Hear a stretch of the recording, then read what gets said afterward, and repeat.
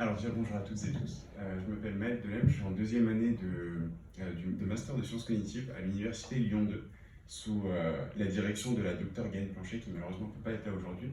Alors déjà merci aux organisateurs pour ce colloque extrêmement stimulant et puis pour l'invitation à présenter nos résultats, l'invitation et la chance de pouvoir le faire. Donc les résultats d'une étude qu'on a voulu exploratoire du profil cognitif des aphantasiques avec un accent particulier sur leur stratégie alternative spatiale et abstraite. Donc on va revenir sur tous ces termes, on va pouvoir profiter de toutes les présentations antérieures pour ne pas nous avoir à traîner sur certaines définitions. Donc on a l'imagerie visuelle qui souvent est désignée poétiquement comme le fait de voir dans l'œil de l'esprit, ou plus prosaïquement comme les images dans la tête, et qu'on sait impliquer dans de nombreux processus cognitifs. Donc on peut venir sur la mémoire autobiographique, et savoir ses propres souvenirs, dans la mémoire de travail visuelle, mais aussi voilà, dans le mind wandering, le fait de laisser ses idées vagabonder, les rêves nocturnes, donc comme on l'a dit dans d'autres interventions, qui sont peuplés pour beaucoup de personnes d'images mentales. Mais aussi, on peut penser à des phénomènes comme la projection dans le futur, le fait de s'imaginer dans des scénarios à venir, dans le reste de sa journée, etc., etc. Sachant que pour beaucoup de personnes, il y a tout un tas d'autres phénomènes cognitifs comme la lecture, par exemple, où beaucoup de personnes voient des images. Donc, au demeurant, une expérience qui est très répandue, ubiquitaire pour la plupart des gens, mais comme on l'a dit, certaines personnes ne montrent pas d'imagerie visuelle, certaines personnes voilà, qu'on appelle aphantasiques. Donc j'avais fait une petite timeline de la chose sur la façon dont le mot a été posé, parce qu'on sait depuis longtemps qu'il y a des gens qui ont une faible imagerie mentale, mais ça n'a été mis en valeur et dans la recherche scientifique que récemment. Donc les équipes d'Adam Zeman, le nom a déjà été mentionné. En 2010, on a étudié un patient, le patient MX, Yann Misé, qui a été privé d'imagerie mentale après une opération qui n'a rien à voir, une angioplastie coronaire, une artère du cœur. Il a perdu ses images dans la tête. Donc ils étudient la chose, ils font un papier, le papier est relayé dans une revue de médiation scientifique, de vulgarisation scientifique américaine, Discovery, qui invitait d'ailleurs ses lecteurs à plonger dans l'œil de l'esprit, qui a attiré l'attention de personnes, et de certaines personnes, qui se sont reconnus en fait dans le patient MX, qui ont reconnu qu'il n'avait pas d'image mentale, qui ont contacté l'équipe d'Adam Zeman, et donc rebelote 5 ans après, Adam Zeman et ses collaborateurs avec Exeter étudient ces personnes sur un papier au demeurant très simple, avec quelques questionnaires, des tâches de mémoire, mais surtout ils posent le terme aphantasie. Et donc là-dessus, ils ouvrent tout un champ de recherche qui aujourd'hui est très riche, donc sur cette condition qu'on a déjà définie comme la difficulté ou l'incapacité totale à produire des images mentales. Alors, Zeman dit volontaire, d'autres disent involontaire, il y a un débat qui est riche là-dessus, mais aujourd'hui, on commence à avoir pas mal d'études de prévalence et il semblerait que ça concerne 2 à 3% de la population. Alors, Zeman dit 1% pour ceux qui sont vraiment à 0, certains vont jusqu'à 3, 4, 5. Avec les études que j'ai citées en dessous, on arrive vraiment sur du 10 000, 15 000 personnes sondées, donc ça commence à être vraiment solide. Et pour une condition qui est passée sous les radars pour plus d'un siècle, quand même 3% des gens, c'est assez important quand même. Donc, un champ d'études ouvert depuis 2015, et aujourd'hui on connaît, avec toutes les études qui ont suivi, de nombreux corrélats de la fantaisie. Donc moi je vais être principalement sur des corrélats comportementaux et cognitifs. On va pouvoir revenir après avec les travaux de Liu Jianhao et puis des équipes du professeur Paolo Bartolomeo sur le neuro, vraiment l'aspect neuronal. Ici, voilà, sur les corrélats cognitifs, on va avoir une mémoire autobiographique et épisodique réduite, donc en lien avec ce qu'on a dit au début, donc des souvenirs qualitativement moins riches dans des rapports subjectifs de sa propre vie, des rêves qualitativement et quantitativement moins riches dans les rapports subjectifs des aphantasiques. Donc on avait la remarque, la question tout à l'heure sur cette question des rêves, les aphantasiques rapportent des rêves moins riches, sur des études très intéressantes de deux collaborateurs qui ont déjà été mentionnés aussi. Autre résultat intéressant qui commence à apparaître, qui est apparu dans plusieurs études, c'est celui de la prosopagnosie, donc qui désigne la difficulté à reconnaître des visages, ou à se souvenir des visages de ses proches par exemple. On a, cette fois-ci dans les corrélats objectifs du comportemental, donc les collègues en ont parlé, des expériences des équipes australiennes de Pearson, donc Rebecca Keogh et Joel Pearson, qui ont montré qu'il n'y avait pas de priming attentionnel par l'imagerie, à savoir le fait d'imaginer, de créer des images mentales peut influencer chez des imageurs typiques la perception à venir, mais pas chez les aphantasiques. Donc un premier corrélat objectif. D'autres études ont montré qu'il n'y avait pas de réaction physiologique à la fantaisie. Donc, les collègues juste avant ont mentionné la réaction pupillaire. Donc, il a été montré dans une étude une absence de réaction pupillaire à cette tâche qu'ils ont présentée, mais aussi une étude extrêmement intéressante là, qui est citée de Weekend et collaborateurs, donc c'est aussi les Australiens, ont montré une absence de réaction électrodermale aussi, à des histoires censées évoquer des situations de peur par des images très vivaces, et donc pas de réponse électrique à ça, quoi. Aphantasie complètement insensible à ce truc. Donc au demeurant, beaucoup de défauts. Et ça pourrait poser la question, est-ce que la fantaisie est un trouble? Ou même un trouble spécifique? Est-ce que les aphantasies qui manquent quelque chose? Est-ce que c'est un déficit? Et en fait, il s'avère qu'en parallèle de cette littérature et de ces résultats qui s'accumulent depuis 2015, les aphantasies qui semblent aussi présenter des performances tout à fait équivalentes sur tout un range de tâches qu'on supposait requérir des images mentales. Donc, pas de déficit de mémoire déclarative ou même de mémoire de travail visuel, à savoir de manipulation d'images sur un court terme. Et les aphantasiques réussissent tout aussi bien ce type de tâches, plusieurs études extrêmement intéressantes là-dessus. Voilà, une étude encore de Rebecca Keogh et ses collaborateurs qui ont montré par des interviews avec les aphantasiques et par des corrélations entre différentes tâches de mémoire de travail, des stratégies alternatives employées par les aphantasiques dans ces tâches, notamment des stratégies de manipulation spatiale, d'utilisation de contenu verbal et sémantique. Pas de différence dans les tâches supposément liées à l'imagerie, notamment beaucoup de batteries de tests utilisées en neuropsychologie, et du coup ça pose quand même des questions sur les outils qu'on utilise pour diagnostiquer certains trucs. Et puis, Dance, donc Carla Dance qui a été mentionnée juste avant aussi, relève le potentiel avantage d'une sensibilité sensorielle diminuée comme une sorte de tampon contre des images mentales qui peuvent être agressives parfois. Et puis surtout, et c'est peut-être la question centrale, ça n'a aucun impact sur la vie quotidienne des aphantasiques, ce qui explique que la condition n'ait jamais été vraiment relevée ou étudiée en particulier comme quelque chose qui pourrait être congénital. Donc je vais m'arrêter un petit peu sur ce dernier papier là que je cite. Donc encore les équipes d'Adam Zeman, en plus il y a sacrément plein de noms, c'est tous les gens qui ont produit beaucoup d'études que j'ai citées avant. Étude énorme donc, qui a profité de toutes les personnes qui ont contacté le laboratoire depuis 2015 et qui a donc 2000 aphantasiques.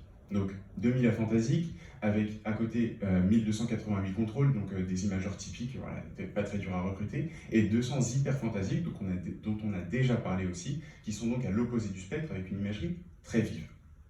Qu'ont-ils trouvé? Tout un tas de résultats, dont certains qu'on a déjà mentionnés avant, sur la mémoire autobiographique réduite, sur la prosopagnosie, mais un résultat sur lequel je vais m'arrêter et qui va un petit peu sous-tendre les questions qu'on s'est posées à Lyon 2, c'est celui de préférence, de choix de vie, on va dire, de métier, d'activité, entre les aphantasiques et les hyperphantasiques. Ils ont trouvé qu'il semblerait que les aphantasiques sont surreprésentés dans les métiers liés au STEM, donc c'est l'acronyme anglais pour les sciences, technologies, ingénierie et mathématiques.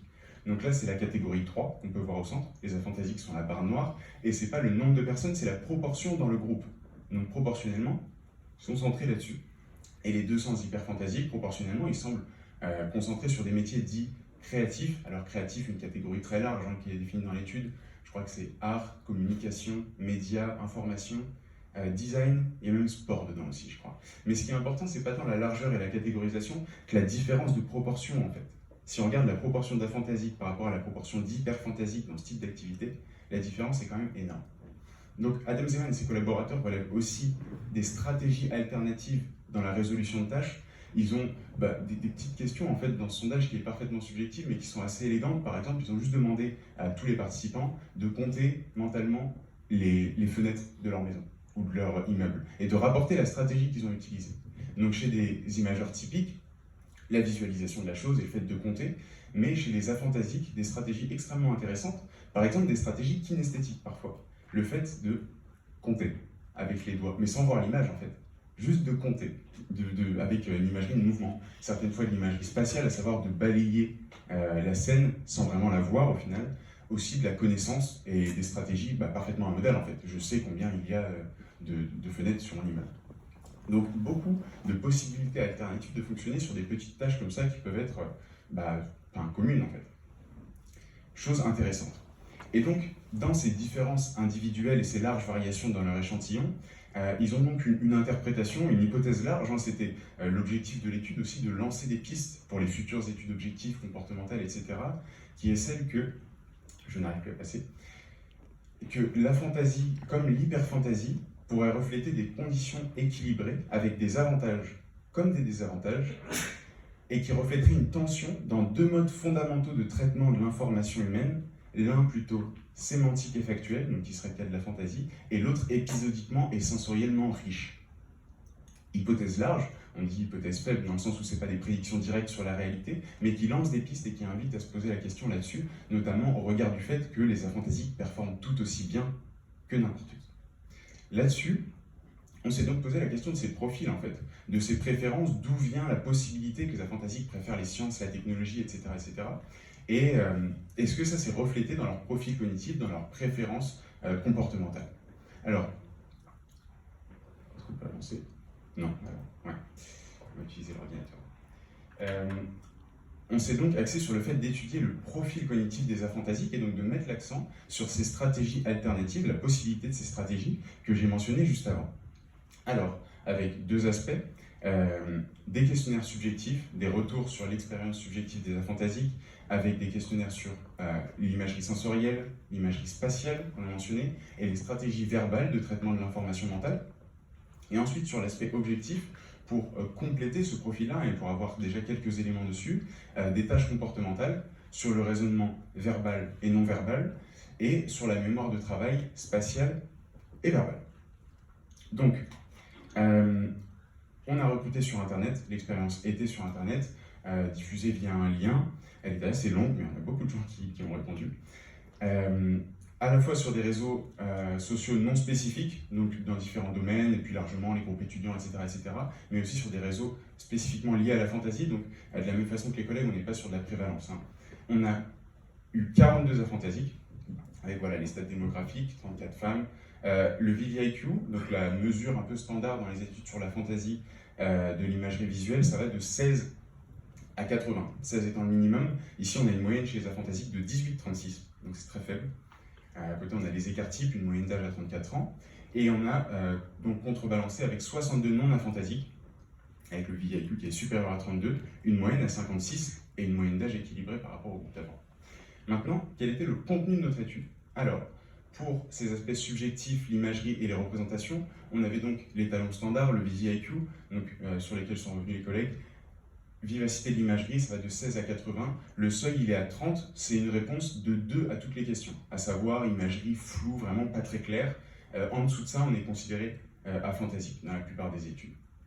On avait l'Object Spatial Imagery and Verbal Questionnaire, qui est un questionnaire que je trouve très intéressant, développé par Olesya Blazenkova et Maria Kozelnikov, qui va étudier l'imagerie objet, donc ce qu'on appelle en fait l'imagerie visuelle communément, mais aussi l'imagerie spatiale, la capacité de manipulation spatiale, de rotation, de représentation mentale, qui est différente. Hein, dans la littérature, on sait que ça mobilise des processus neuronaux différents, par exemple, notamment.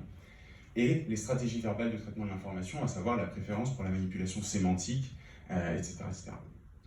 On avait aussi le PSIQ, donc qui est un peu comparable au QMI qui a été mentionné avant, qui va évaluer toutes les modalités de l'imagerie sensorielle. Parce qu'on sait que du coup, il n'y a pas que l'imagerie visuelle. Ça, c'était pour les questionnaires subjectifs. Maintenant, sur les tâches comportementales que j'ai mentionnées, sur le raisonnement non verbal, on a utilisé les matrices de Raven, que ceux dans le domaine de la psychologie connaissent peut-être. Donc c'est une tâche de raisonnement, d'association, d'extraction de règles, de déduction et d'induction, qui consiste à compléter ces petites matrices-là, de 4 par 4, 6 par 6, ou de 2 par 2, 2 par 3 ou 3 par 3, avec une figure en bas à droite qui suit la règle logique qui est là-dedans. Voilà, raisonnement non verbal. On avait aussi le Spatial Reasoning Instrument qui, voilà, lui, combinait toutes les modalités du construit un peu complexe, en fait, qu'est l'imagerie spatiale. Ici, c'est de la rotation mentale, à savoir identifier laquelle de ces 4 figures correspond à celui d'au-dessus, faire le petit travail de rotation. Mais il y a aussi de l'orientation, de la navigation, donc différents aspects de l'imagerie spatiale. Premier aspect. Deuxième aspect, pour le raisonnement verbal, on a pris une tâche très simple issue de la WAIS, donc la Wechsler Adult Intelligence Scale, qui est le test des similitudes. C'est très simple, mais c'est aussi très élégant et ça fonctionne extrêmement bien. C'est le fait de trouver une similitude, des points communs entre deux concepts, deux mots, de verbes, etc. Là, ici, on a le dernier item, en quoi le rêve et la réalité se ressemblent. Vous avez 4 heures.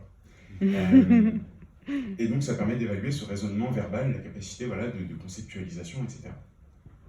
Pour les tâches de mémoire de travail, on avait une tâche de mémoire de travail spatiale, à savoir ici un empan spatial. C'était exactement cette grille, hein. Ce sont des cubes qui apparaissent successivement sur la grille, Puis après, il faut les rappeler à l'envers.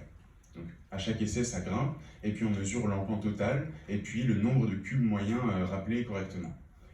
Donc, mémoire de travail spatiale, et pour la mémoire de travail verbale, on avait une tâche dite de digit span, d'empan de chiffres, des chiffres qui apparaissent, et après, il faut les rappeler à l'envers. Voici. Quelles pouvaient être les hypothèses qu'on fait là-dessus? Donc, on est sur une étude exploratoire, nos hypothèses, de la même façon, sont relativement faibles, mais on va aller chercher des informations dans les données, quoi. Donc, on pouvait supposer que forcément les aphantasiques scoreraient plus bas que les contrôles en imagerie sensorielle, donc visuelle forcément, mais la question des autres modalités. Ouais, bien sûr, ça fait 15 minutes, tranquille. Mais voilà, la question des autres modalités rentrait en compte.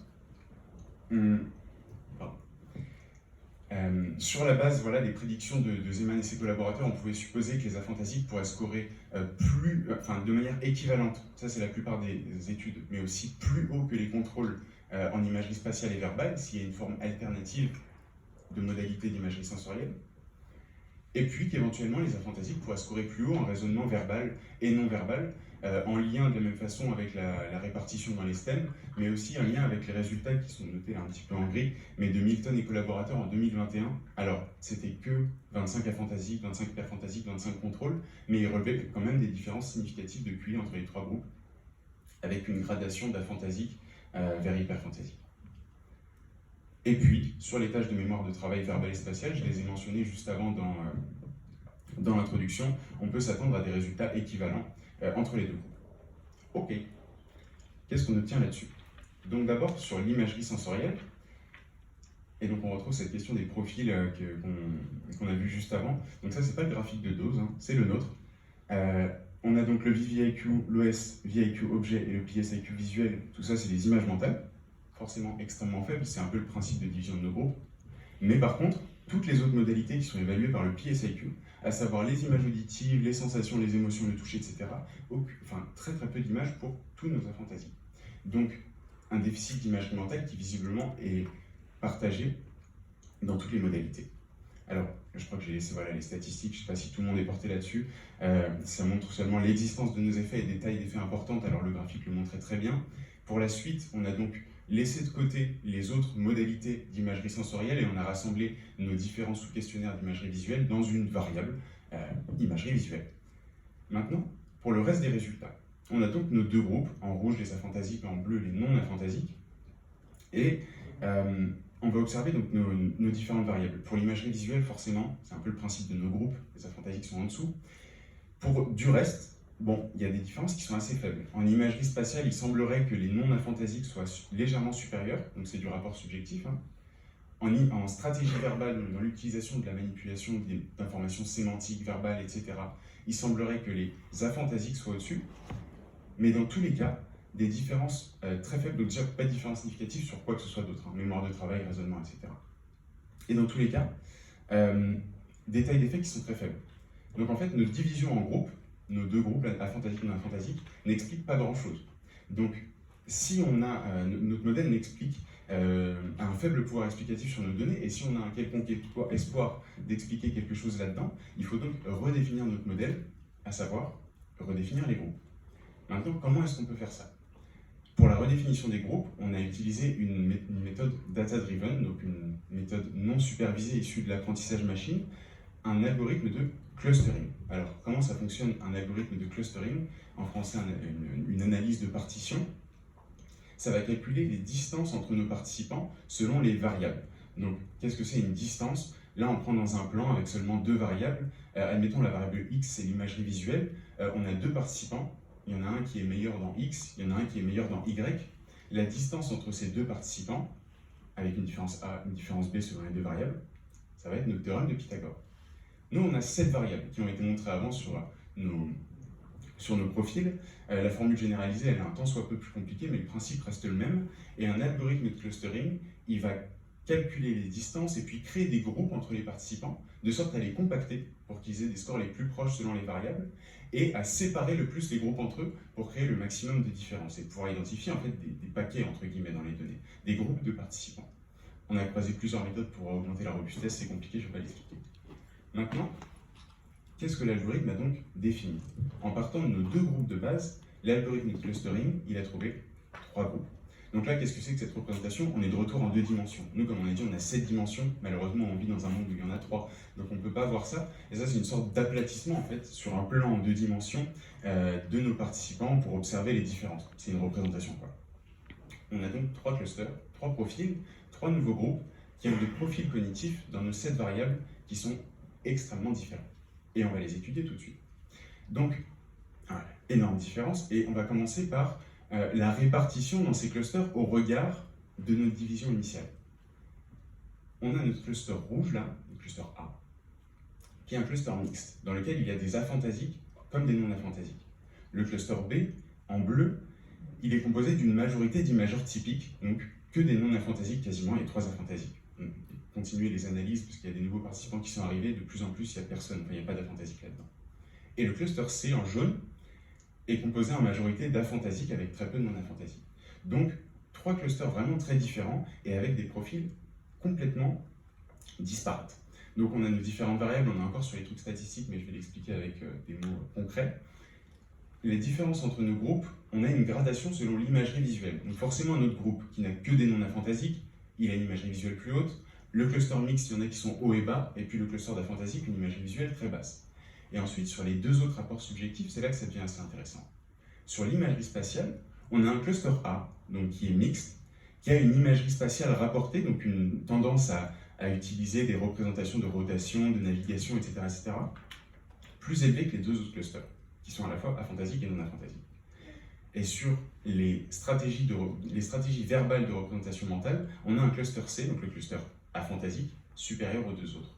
Donc on observe une forme de spécialisation, et sur les clusters spécifiquement où il y a des aphantasiques, donc il n'y en a que 2, le A et le C, on en a certains qui préfèrent les stratégies verbales de traitement de l'information, donc là c'est issu de l'OS-IVQ pour ceux qui s'y intéressent, et d'autres qui préfèrent la représentation spatiale, et 2 profils très nets et très différents. Du reste, il y a très peu d'aphantasiques en B, à savoir d'aphantasiques qui n'ont ni de préférence pour le traitement verbal, ni de préférence pour le traitement spatial. Donc il y a forcément une modalité alternative dans nos 2 groupes. Ensuite, sur le reste des tâches, là c'est assez univoque avec un ordre. Le cluster A obtient des meilleurs résultats que le C, cluster aphantasique, qui obtient des meilleurs résultats que le B. Donc forcément, une part de cette variance, avec des écarts types extrêmement importants sur le raisonnement, etc., doit être liée à l'échantillonnage, à la catégorie de métier, le domaine d'études, etc. Mais par contre, les écarts, les tailles d'effets sont tellement énormes que ça recouvre forcément quelque chose, quoi. Et à noter que dans nos 2 clusters où il y a des aphantasiques, il y en a très peu qui obtiennent de faibles résultats aux tâches comportementales. Les résultats du cluster A, donc qui est fort en imagerie spatiale, c'est cohérent avec la littérature sur l'imagerie spatiale qui est assez riche et qui montre que c'est assez corrélé avec la réussite académique, certaines mesures psychométriques de QI, etc., même si je ne suis pas fan de ça. Donc, que retenir de tout ça? Dans nos 2 clusters où il y a des aphantasiques, on observe qu'il y en a certains qui ont une préférence pour les stratégies alternatives verbales, tandis qu'il y en a d'autres qui ont des préférences pour des stratégies plutôt spatiales, de la représentation spatiale, abstraite, etc. La totalité des aphantasiques de nos échantillons ont des résultats plutôt bons aux tâches comportementales, tandis que le cluster B, si on s'y intéresse un peu quand même, ils ont une imagerie visuelle très forte, qui est d'ailleurs plus forte que les non-aphantasiques du cluster A, et ils ont des résultats assez faibles aux tâches de raisonnement. Et ça rentre en lien avec un seul papier qu'on a trouvé à notre connaissance de Johnson-Laird en 2002, qui a montré que l'imagerie visuelle pouvait perturber le raisonnement, le fait des images mentales. Donc ça pose question, c'est exploratoire, donc ça amène à plus de recherche, tout simplement, à des continuations. Donc sur les pistes, nos 2 profils verbo-spatiaux posent des questions à la fois sur la parole intérieure chez les aphantasiques, quelle est la nature de ces préférences verbales, de ces représentations verbales, etc., etc., mais aussi sur le support des représentations spatiales. Traditionnellement, dans les domaines de la mémoire de travail, de l'imagerie, on parle de visuo-spatial, mais qu'est-ce que c'est qu'une représentation spatiale chez quelqu'un qui n'a pas de visuel? Ça pose question et ça appelle des développements ultérieurs. Ensuite, il y a forcément les liens entre les profils cognitifs qu'on a identifiés et les domaines d'activité. De la même façon que Zeeman, on n'a pas fait de prévalente, on ne peut pas parler de préférence de métier pour l'instant. Et enfin, les liens entre ces profils cognitifs et les différentes formes de la mémoire de travail, puisque la mémoire de travail, c'est un autre domaine connexe où on parle de visuel, spatial et verbal, et on suppose qu'il y a forcément des liens entre des préférences d'imagerie et ses capacités de mémoire de travail. Et aussi pour moi. Merci de votre attention. Merci beaucoup.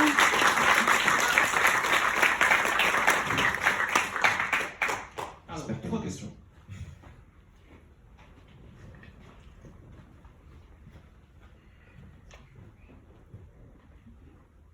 Bonjour, merci beaucoup pour la présentation. C'est très intéressant le résultat que vous avez présenté.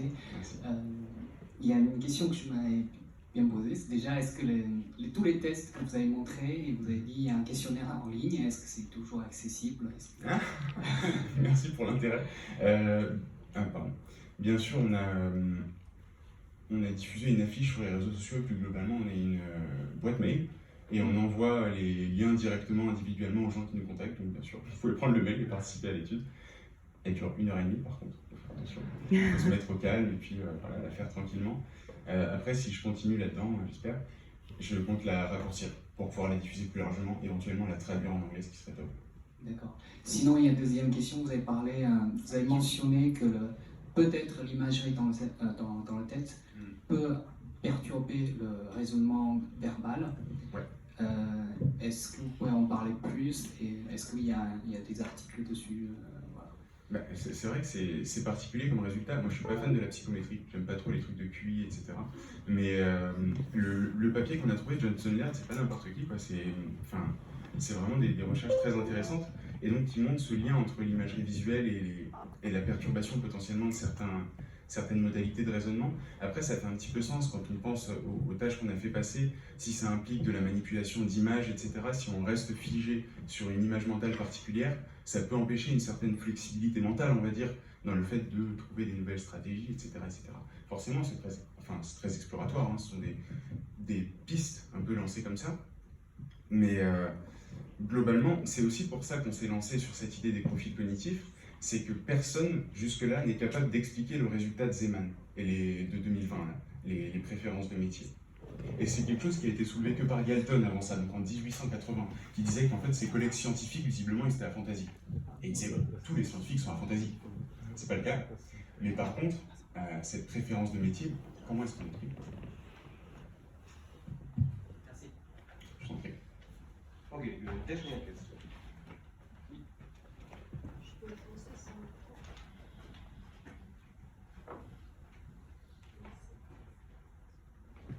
Bonjour, j'ai juste une petite question, c'est est-ce que vous pensez que les afantasistes peuvent développer leur image mentale? Est-ce qu'il y a un moyen pour eux de créer des nouveaux ponts neuronaux entre d'autres parties de leur cerveau voilà, c'est une question.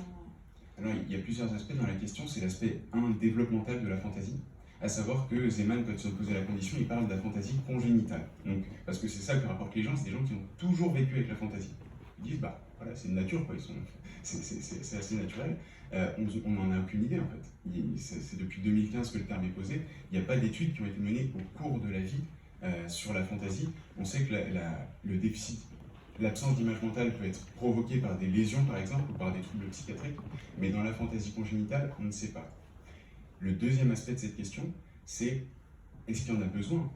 Est-ce que les aphantasiques auraient besoin de développer des images mentales si c'est des personnes qui peuvent tout à fait se satisfaire de représentations spatiales qui, par ailleurs, pourraient les avantager potentiellement dans les domaines d'activité dans lesquels ils se dirigent? Par exemple, une idée que j'ai eue sur le développemental, c'est peut-être que quelqu'un des aphantasiques au cours de leur développement qui ont toujours eu une préférence pour la géométrie, le spatial, l'abstrait, etc., ils n'ont jamais eu besoin d'image mentale. À quoi ça sert de les développer? Donc, c'est une question qui est relevée souvent dans les discussions des différents papiers sur la mémoire de travail, etc. C'est à quoi ça sert les images mentales, au final? On les a tous, elles sont présentes, elles sont là, c'est impliqué dans certains processus parce qu'on les utilise, mais est-ce que c'est vraiment utile? Les aphantasiques posent cette question parce que c'est des gens qui ont du succès. Hein. Dans les gens qui se sont rendus compte qu'ils étaient aphantasiques, il y a Blake Ross, la personne qui a créé Firefox, Mozilla Firefox. Il y a des astrophysiciens, comment est-ce qu'elle s'appelle la superviseure de Carl Aden, je ne sais plus comment elle s'appelle, mais qui travaille sur la fantaisie. Elle est aphantasique. Et beaucoup de personnes qui se sont déclarées volontaires pour faire les études, forcément, c'est les gens qui étaient dans le champ et qui du coup sont des scientifiques. Donc, est-ce que ces personnes ont besoin d'apprendre à faire des images mentales? Ça pose question. Alors, donc on passe la parole à Jean-François.